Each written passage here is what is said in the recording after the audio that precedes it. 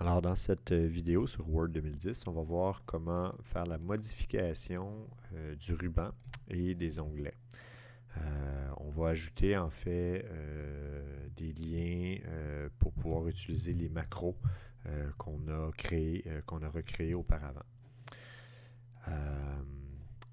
Euh, évidemment, tout ce qu'on voit en haut peut être modifié, peut être personnalisé selon les besoins. Alors, juste pour nommer certains objets, c'est ce qu'on appelle ici des onglets. Donc, l'onglet révision, affichage développeur. Le ruban, c'est ça ici. On va en avoir besoin de ces concepts-là. Ici, on a la barre de lancement rapide qui est en haut, qu'on peut personnaliser aussi. Et il y a des groupes de commandes qu'on peut configurer ici à l'intérieur d'un ruban. Alors, premièrement, on va se créer un nouvel onglet, carrément. Alors, on va aller dans le menu Fichier, dans les options. Dans les options, on peut aller dans Personnaliser le ruban. Et à la droite, on a tous les onglets qui sont là. Alors, après l'onglet Accueil, on va créer ici un nouvel onglet. Par défaut, un nouvel onglet comprend toujours un nouveau groupe. Si on veut mettre des commandes, il faut absolument que ce soit dans un groupe. Il ne peut pas être juste directement dans l'onglet. Alors, le premier nouvel onglet, on va le renommer. Alors, disons qu'on l'appelle ABC parce que le nom de la compagnie s'appelle ABC ou selon les besoins. On va aussi renommer le groupe. On va renommer le groupe avec, disons, je sais pas moi, la base. Peu importe, là, c'est pas très très grave. Et on peut lui attribuer une icône aussi, là, disons bonhomme sourire. Tiens.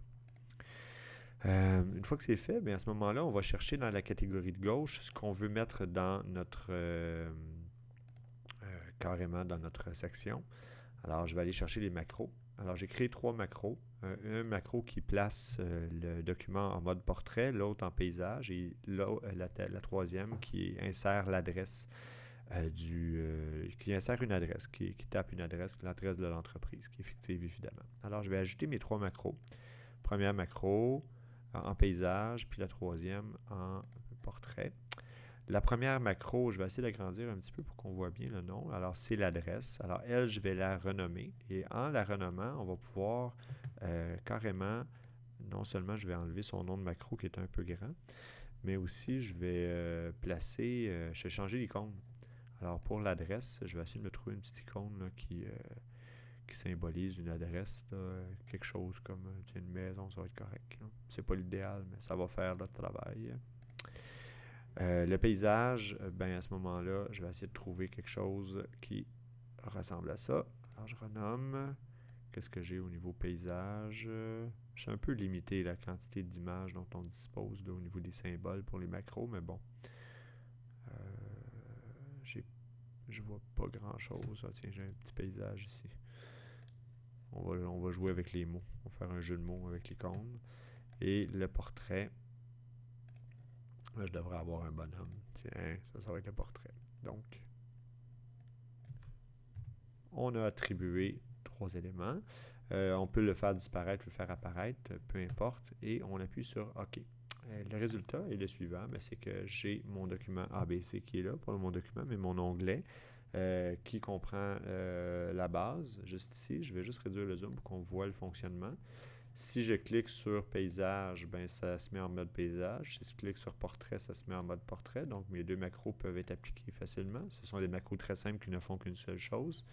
Puis lorsque j'appuie sur le bouton macro adresse, ben, j'ai l'adresse de l'entreprise qui s'écrit automatiquement. Un macro que j'ai fait auparavant. On est capable aussi de modifier la zone de lancement rapide en haut. Je vais vous montrer un peu qu'est-ce que j'aime bien utiliser. Alors, dans les options, toujours, on va à la barre d'outils d'accès rapide. Même principe. Toutes les commandes sont là, les macros, les éléments. On peut ajouter à peu près n'importe quoi qui existe. On a juste à les basculer ici pour les voir. Moi, j'aime bien utiliser un élément qui est dans les commandes courantes. Juste le trouver. Ça va bien quand on enregistre, ne pas trouver ce qu'on cherche. Reproduire la mise en forme, j'aime bien ça, l'avoir toujours en haut. Alors, juste ça, on peut évidemment faire plus de modifications que ça. Moi, j'aime bien avoir juste ça. Alors, ce qui est intéressant, c'est que peu importe on se trouve dans quel onglet, ben, cet item-là qu'on utiliserait plus fréquemment peut être accessible. On peut aussi modifier des éléments. Donc, si dans Accueil, vous voulez avoir plus d'outils à côté de Police, vous voulez modifier ça, bien, vous pouvez toujours le modifier. Toujours dans les options, personnaliser le ruban. On va aller chercher l'accueil dans Police. Et puis là, il y a des éléments qu'on peut enlever, qu'on peut ajouter, qu'on peut modifier selon nos propres intérêts. Alors, c'était la personnalisation du ruban et de la zone de lancement rapide dans Word 2010.